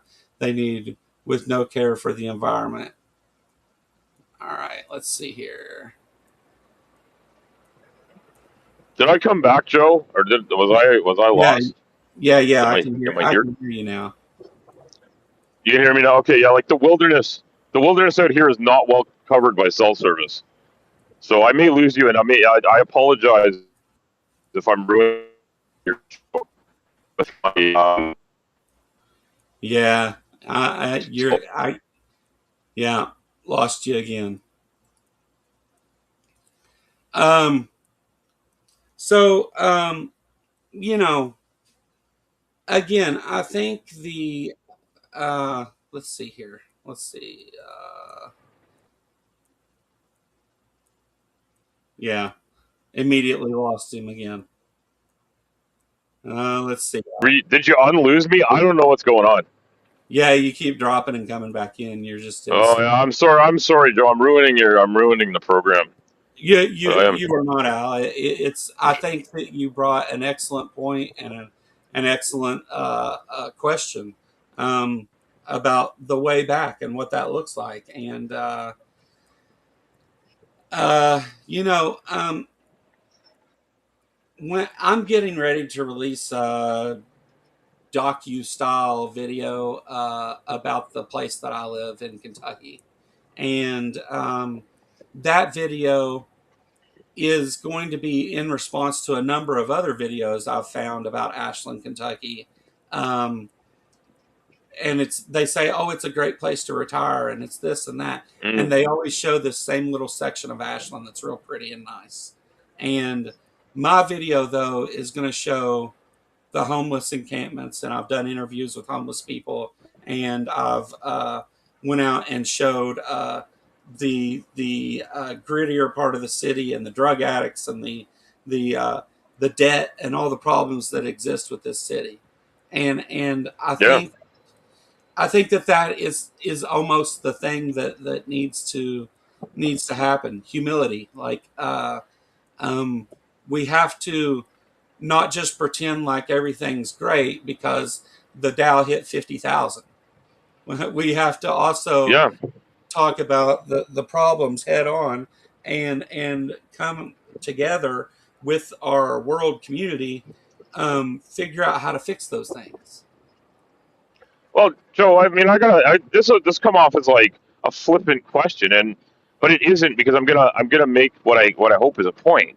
Um, do you have a large stock portfolio, Joe? And what about your neighbors and friends around Ashland there? Like, how many people do you think are making most of their wealth from investment? I would say it's 1%. Yeah, yeah. Like I don't have a stock portfolio. I like my economic situation personally, which is not really relevant, but I ended up having to take a lot of what I had saved out to deal with stuff. And I was never a stock trader. I had my stuff invested in things that were supposed to generally go up. And a lot of that happens. And the thing is, the more people there are, and the more businesses grow and develop, and the more people there are to purchase and use services and goods, the economy will just keep growing. That's just the natural state of things. But just having things go up in value that is not the mark of good management of a country. Right. That's Oh damn! You're roboting out again, Al. We lost you. You're still here, but I can't even hear you, and you're froze. we have Toronto Stock Exchange that deals with Canadian stocks independently. I know there's several other changes. By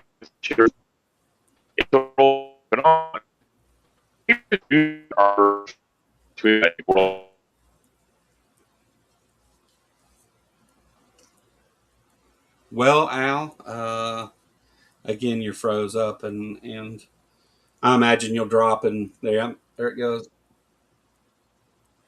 Let's see if we got you again here.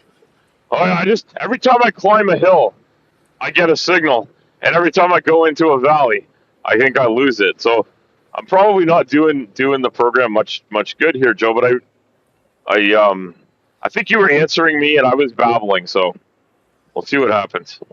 Well, no, I think theoretically, I like this comment here. Oh no, the economy is not automatically growing. We'll see that soon, I'm afraid. we're close to a global recession and a refugee crisis because of the Iran war. Yeah,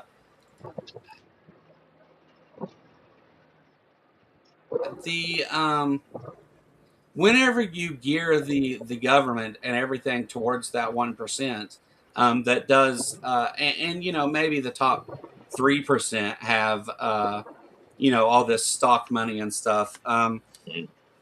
Not counting 401ks and things like that, but um, the idea that the stock market is doing good doesn't tell you anything about the wealth gap and the problem of income inequality in the United States.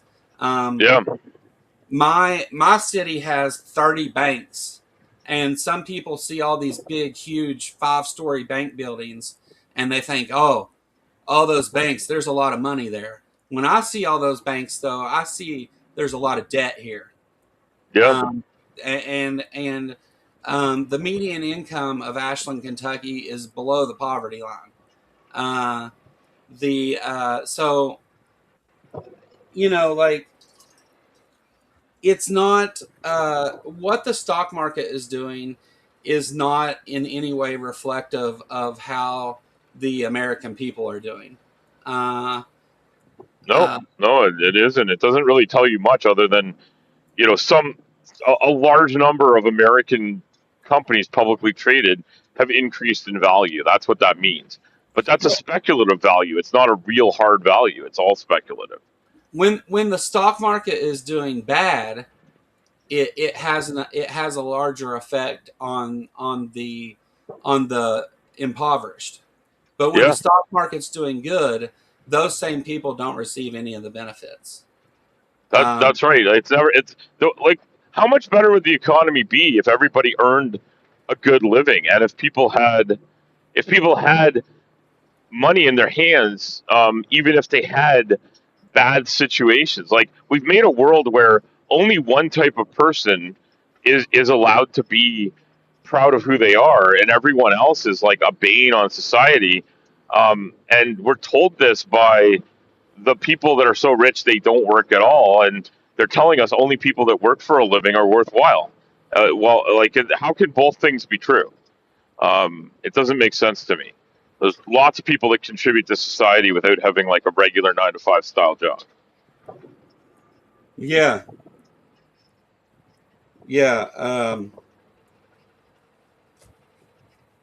And you could sell them a lot more. You sell a lot more shit to them if they had any fucking money.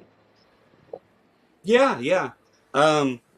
Even me, I could buy more stuff. There's more things I would be a better input to the economy if I earned more money and made more purchases and could afford better things, and that would improve a lot of things for the world.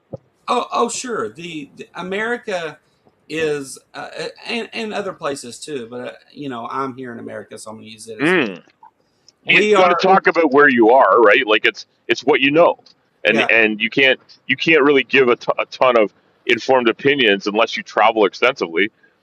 I don't know what it's like to be an American, you know. I've never seen the ocean, so you don't have to worry about my traveling. America is a nation of consumers, right? We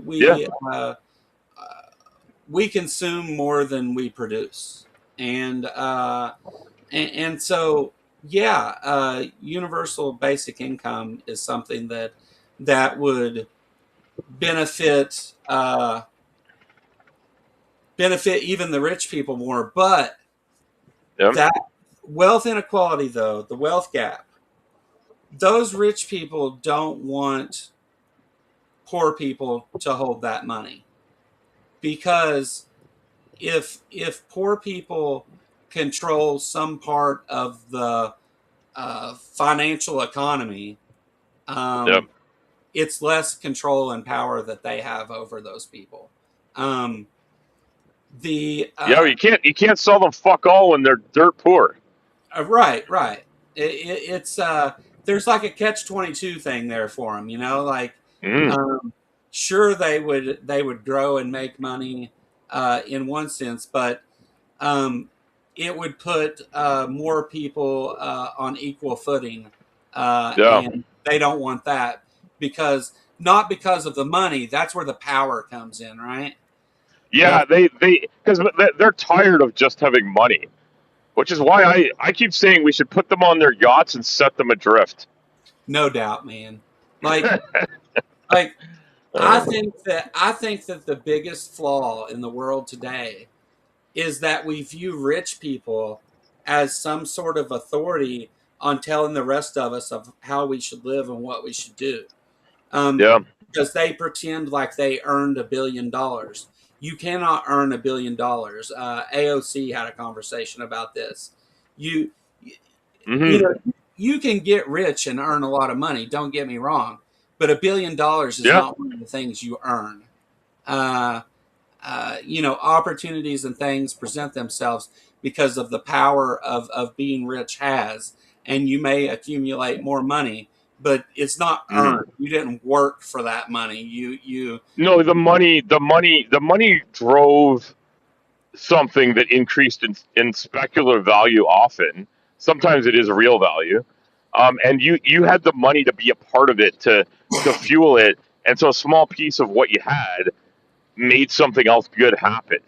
And you have enough money that even if you fail 9 times out of 10, the one time that you make it big, it makes up for all of those and then some. And so you end up never failing. Or like your failures just don't count. I, Whereas for regular people, like the smallest risk, it could lead to financial ruin for forever, and then you're like out on the street or in one of these encampments.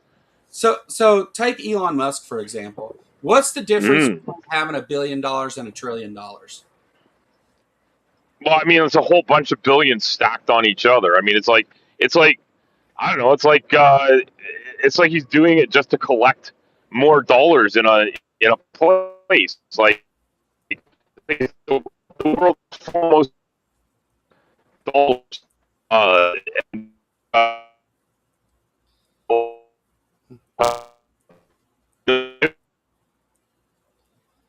Oh, we lost Al again. Um, I was gonna say, and maybe I'll wait for Al to come back to say this because I think it's important. Um, we lost you for a second, Al, but oh, my back. I just the called Elon a weird motherfucker that gets his dick in too many places for his because he's a rich motherfucker. But yeah. uh, So I think yeah, the and I heard you saying you're about to say something, so don't let me interrupt you.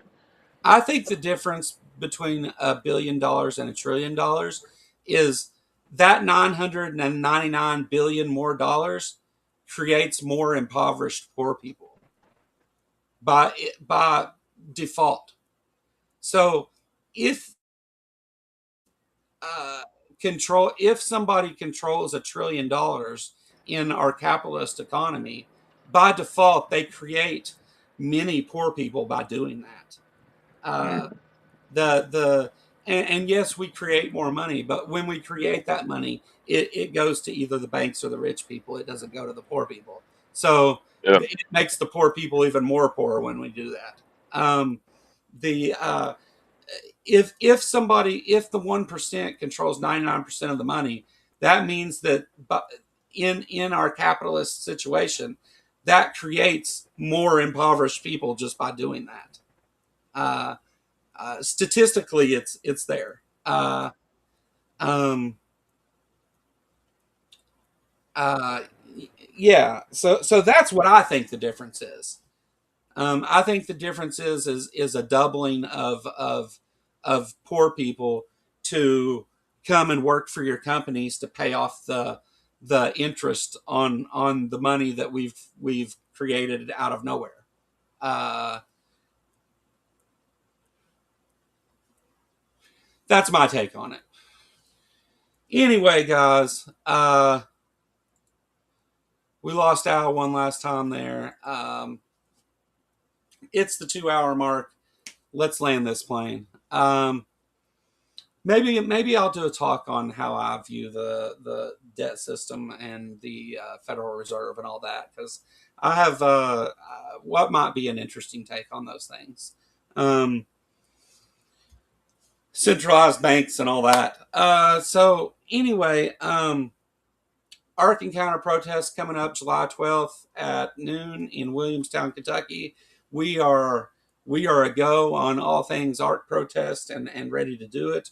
It will be streamed live. There will be a Politicality episode that day streaming the Ark protest. I've already got all that stuff set up and ready to go. Seth Andrews, No Illusions, Mandisa Thomas, Kelly Laughlin, perhaps Dade, Godless Granny, Godless Engineer, Rocket City Reason, RFR, Secular Student Alliance, the Satanic Temple, Dan Dorson and his wife. All these people are going to be there, along with many creators. So I look forward to seeing everybody there. There's been a link rolling through chat. If you want to support that, you can. We could raise a little bit more money, would help, but we're doing it either way. So in that sense, it doesn't matter. But definitely to benefit the hot people that day, it would help. My excellent timing on this. Interesting talk. Thanks, Joe and Al. I will be on Bad Science Sunday, Sunday evening, with Maya Atkinson and a stack of weasels. That will be a great time. I love that show. Maya is one of my favorite people in this community that I depend on a lot and has helped me in countless ways that I could never thank her enough for. So, got that Politicality again Sunday at 1 p.m. Tomorrow, Kelly Laughlin will be here at 7 p.m. Eastern time to have a talk with me. We'll do a more atheist type thing there if you're interested in that kind of thing, had a great time talking with everybody in chat today. Al, thank you so much for jumping in and adding to the conversation. And I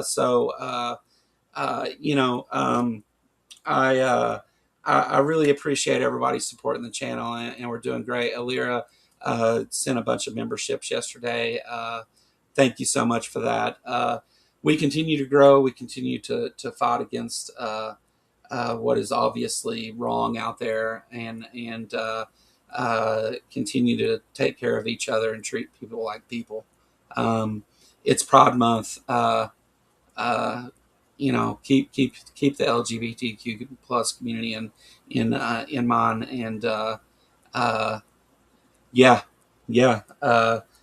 so love you guys. Thanks so much for everything, and I'm just the guy who comes and talks. It's all of you guys that subscribed and everything that have made this community what it is. Oh, we got something we got to do here before we leave. Alira the Free gifted 10 Kentucky Atheist memberships. Thank you so much, Alira. You're awesome. Let's see now. Average Joe, you're a member. Cuckoo Land got a membership. I'm gonna miss some here because the way this thing scrolls. Let's see. Well, let me. Net, KTU, Gwen Roche, Apathetic Minx, Darklight Delirium, Objective Ethics, Bosch London, I can't pronounce that, Rose Settles,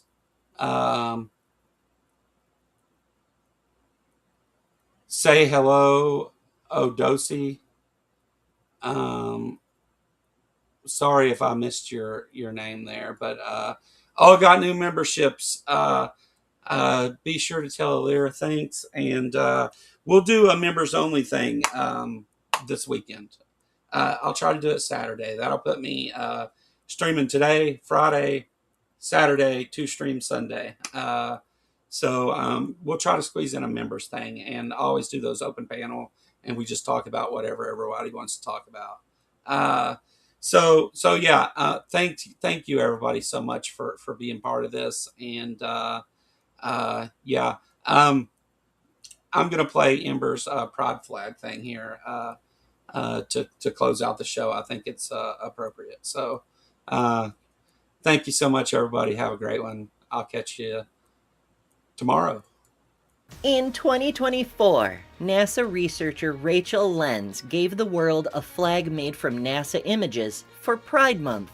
On January 20th, 2025, the incoming U.S. administration ordered that Artistic Union of Science and Civil Rights deleted. So I tracked down the original images it was made from, recreated it, and then added even more wonders of the cosmos to update the flag to the current, more inclusive form. On the anniversary of the inauguration, I released it. And it went viral several times. Now you can get a physical copy of that artwork as a full-sized flag or a large sticker, as well as space artworks of the other pride flags: lesbian, gay, bisexual, trans, queer, intersex, ace, and new flags being added all the time. Get one for yourself or give them as gifts, and celebrate pride, celebrate science, celebrate resistance, and help support a creator fighting for human rights for all humans.